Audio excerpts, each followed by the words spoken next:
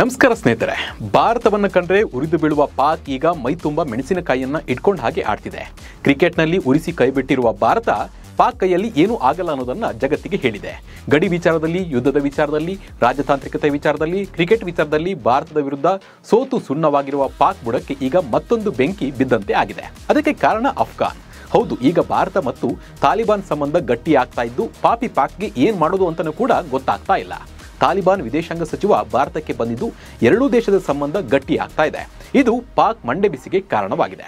ಹಾಗಿದ್ರೆ ತಾಲಿಬಾನ್ ಜೊತೆ ಭಾರತ ಸ್ನೇಹ ಬೆಳೆಸಿದ್ರೆ ನಮಗೆ ಏನೆಲ್ಲ ಲಾಭ ಆಗುತ್ತೆ, ಹಾಗೆ ಪಾಕ್ಗೆ ಹೇಗೆ ಕಂಟಕ ಆಗುತ್ತೆ ಅನ್ನೋ ಕಂಪ್ಲೀಟ್ ರಿಪೋರ್ಟ್ ಅನ್ನ ನಿಮ್ಮ ಮುಂದೆ ಇಡ್ತೀನಿ.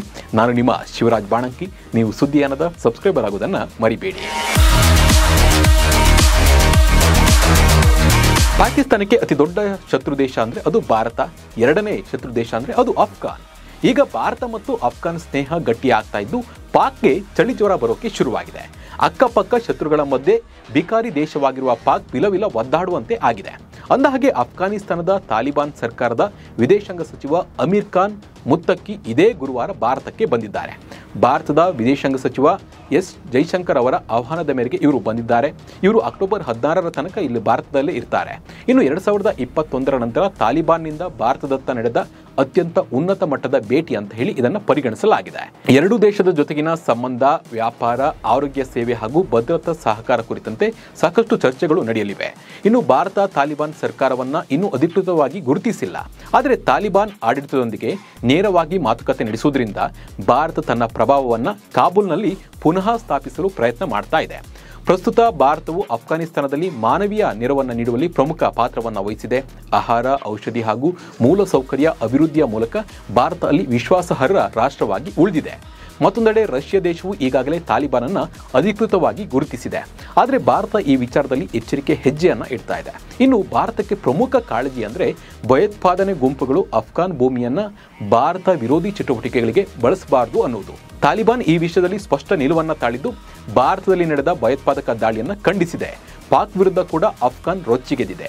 ಹೀಗೆ ತಾಲಿಬಾನ್ ಮತ್ತು ಭಾರತದ ಸಂಬಂಧ ಗಟ್ಟಿಯಾಗ್ತಾ ಇದ್ದಂತೆ ಪಾಕಿಸ್ತಾನಕ್ಕೆ ತಲೆ ಕೆಟ್ಟೋಗಿದೆ. ಯಾಕಂದ್ರೆ ಇಸ್ಲಾಮಾಬಾದ್ ದೀರ್ಘಕಾಲದಿಂದ ಕಾಬೂಲ್ನಲ್ಲಿ ಭಾರತದ ಪ್ರಭಾವವನ್ನು ಕಡಿಮೆ ಮಾಡಲು ಪ್ರಯತ್ನ ಮಾಡ್ತಾ ಇದೆ. ಆದರೆ ಈಗ ತಾಲಿಬಾನ್ ಸರ್ಕಾರವೇ ಭಾರತದೊಂದಿಗೆ ನೇರವಾಗಿ ಮಾತುಕತೆ ನಡೆಸ್ತಾ ಇರುವುದು ಪಾಕಿಸ್ತಾನದ ಪ್ರಾದೇಶಿಕ ಕಾರ್ಯತಂತ್ರಕ್ಕೆ ಹೊಡೆತವನ್ನು ನೀಡುತ್ತೆ. ಯಾಕಂದ್ರೆ ಪಾಕಿಸ್ತಾನದ ಮೇಲಿನ ಅವಲಂಬನೆಯನ್ನ ಕಡಿಮೆ ಮಾಡುವ ನಿಟ್ಟಿನಲ್ಲಿ ತಾಲಿಬಾನ್ ಭಾರತವನ್ನ ಹೊಸ ಜೊತೆಗಾರ ಅಂತ ಹೇಳಿ ನೋಡ್ತಾ ಇದೆ. ಇನ್ನು 2021ರಲ್ಲಿ ತಾಲಿಬಾನ್ ಅಧಿಕಾರಕ್ಕೆ ಬಂದ ನಂತರ ಪಾಕಿಸ್ತಾನ ಮತ್ತು ತಾಲಿಬಾನ್ ನಡುವಿನ ಸಂಬಂಧಗಳು ಹದಗೆಟ್ಟು ಹೋಗಿದೆ, ಹಳಿಸಿ ಹೋಗಿವೆ. ಗಡಿಯಾಚೆಯ ದಾಳಿಗಳು ಮತ್ತು ತೆಹ್ರಿಕ್ ಇ ತಾಲಿಬಾನ್ ಪಾಕಿಸ್ತಾನ್ ಭಯೋತ್ಪಾದಕರಿಗೆ ಆಶ್ರಯ ನೀಡುತ್ತಿರುವ ಆರೋಪಗಳಿಂದಾಗಿ ಎರಡೂ ರಾಷ್ಟ್ರಗಳ ನಡುವೆ ಉದ್ವಿಗ್ನ ಪರಿಸ್ಥಿತಿ ಹೆಚ್ಚಾಗಿದೆ. ಪಾಕಿಸ್ತಾನದಲ್ಲಿನ ಭಯೋತ್ಪಾದನೆಗೆ ತಾಲಿಬಾನ್ ಪ್ರತ್ಯಕ್ಷ ಅಥವಾ ಪರೋಕ್ಷ ಬೆಂಬಲ ನೀಡ್ತಿದೆ ಅಂತ ಹೇಳಿ ಇಸ್ಲಾಮಾಬಾದ್ ಆರೋಪವನ್ನು ಮಾಡ್ತಾ ಇದೆ. ಇದೇ ವೇಳೆ ಲಕ್ಷಾಂತರ ಅಫ್ಘಾನ್ ನಿರಾಶ್ರಿತರನ್ನ ಗಡಿಪಾರು ಮಾಡುವ ಪಾಕಿಸ್ತಾನದ ನಿರ್ಧಾರ ಕಾಬೂಲ್ನೊಂದಿಗೆ ಸಂಬಂಧ ಹದಗೆಡುವಂತೆ ಮಾಡಿದೆ. ಈ ನಡುವೆ ತಾಲಿಬಾನ್ ವಿದೇಶಾಂಗ ಸಚಿವ ಭಾರತಕ್ಕೆ ಬಂದ ದಿನವೇ ಅಫ್ಘಾನ್ ಮೇಲೆ ವಾಯುದಾಳಿ ಮಾಡಲಾಗಿದೆ. ಟಿಟಿಪಿ ಮುಖ್ಯಸ್ಥ ನೂರ್ ವಾಲಿ ಮೊಹಸೂದ್ ಗುರಿಯಾಗಿಸಿಕೊಂಡು ನಡೆದ ವೈಮಾನಿಕ ದಾಳಿ ಇದಾಗಿದೆ. ಆದರೆ ಈ ದಾಳಿಯಲ್ಲಿ ಮೊಹಸೂದ್ ಅವರಿಗೆ ಏನೂ ಆಗಿಲ್ಲ, ಬಟ್ ಅವರ ಮಗ ಈ ದಾಳಿಯಲ್ಲಿ ಸಾವನ್ನಪ್ಪಿದ್ದಾರೆ ಅಂತ ಹೇಳಿ ವರದಿ ಆಗಿದೆ. ಇನ್ನು 2021ರಲ್ಲಿ ತಾಲಿಬಾನ್ ಅಧಿಕಾರಕ್ಕೆ ಬಂದ ಮೇಲೆ ಕಾಬೂಲ್ನಲ್ಲಿ ನಡೆದ ಮೊದಲ ದಾಳಿ ಇದಾಗಿದೆ. ಈ ದಾಳಿಯಿಂದ ಪಾಕಿಸ್ತಾನ ಮತ್ತು ಅಫ್ಘಾನ್ ಸಂಬಂಧಕ್ಕೆ ಮತ್ತಷ್ಟು ಬೆಂಕಿ ಬಿದ್ದ ಹಾಗೆ ಆಗಿದೆ. ಭಾರತವು ಸದಾ ಅಫ್ಘಾನ್ ಮಣ್ಣನ್ನು ಯಾವುದೇ ದೇಶದ ವಿರುದ್ಧ ಭಯೋತ್ಪಾದಕ ಚಟುವಟಿಕೆಗಳಿಗೆ ಬಳಸಬಾರದು ಎಂಬ ನಿಲುವನ್ನು ತಾಳಿದೆ. ಹಾಗಾಗಿ ಮುತ್ತಕ್ಕಿ ಅವರ ಭೇಟಿಯಿಂದ ಈ ದೃಷ್ಟಿಕೋನವನ್ನು ತಾಲಿಬಾನ್ ಸರ್ಕಾರದೊಂದಿಗೆ ಸ್ಪಷ್ಟವಾಗಿ ತಿಳಿಸುವ ಅವಕಾಶ ಸಿಕ್ಕಿದೆ. ಎರಡೂ ರಾಷ್ಟ್ರಗಳ ನಡುವೆ ವ್ಯಾಪಾರ, ಆರೋಗ್ಯ ಹಾಗೂ ಶಿಕ್ಷಣ ಕ್ಷೇತ್ರಗಳಲ್ಲಿ ಸಹಕಾರದ ನೂತನ ದಾರಿಗಳು, ಹೊಸ ದಾರಿಗಳು ತೆರೆಯುವ ಸಾಧ್ಯತೆ ಇದೆ. ಇನ್ನು ಅಫ್ಘಾನಿಸ್ತಾನದ ಜನರಿಗಾಗಿ ಭಾರತ ಕಳೆದ ದಶಕದಲ್ಲಿ 500ಕ್ಕೂ ಹೆಚ್ಚು ಅಭಿವೃದ್ಧಿ ಯೋಜನೆಗಳು ನೆರವೇರಿಸಿದೆ. ಇವುಗಳಲ್ಲಿ ರಸ್ತೆ, ಆಸ್ಪತ್ರೆ, ಶಿಕ್ಷಣ ಸಂಸ್ಥೆಗಳು ಹಾಗೂ ವಿದ್ಯುತ್ ಯೋಜನೆಗಳು ಸೇರಿವೆ. ಮುಂದೆ ಕೂಡ ಈ ಸಂಬಂಧ ಗಟ್ಟಿಯಾಗೋಕೆ ಈ ಭೇಟಿ ಸಾಕ್ಷಿಯಾಗಲಿದೆ. ಹೀಗಾಗಿ ಈ ಹೊಸ ರಾಜತಾಂತ್ರಿಕ ಚಟುವಟಿಕೆಗಳು ಪಾಕಿಸ್ತಾನ ವಲಯದಲ್ಲಿ ಆತಂಕವನ್ನು ಉಂಟು ಮಾಡ್ತಾ ಇದೆ.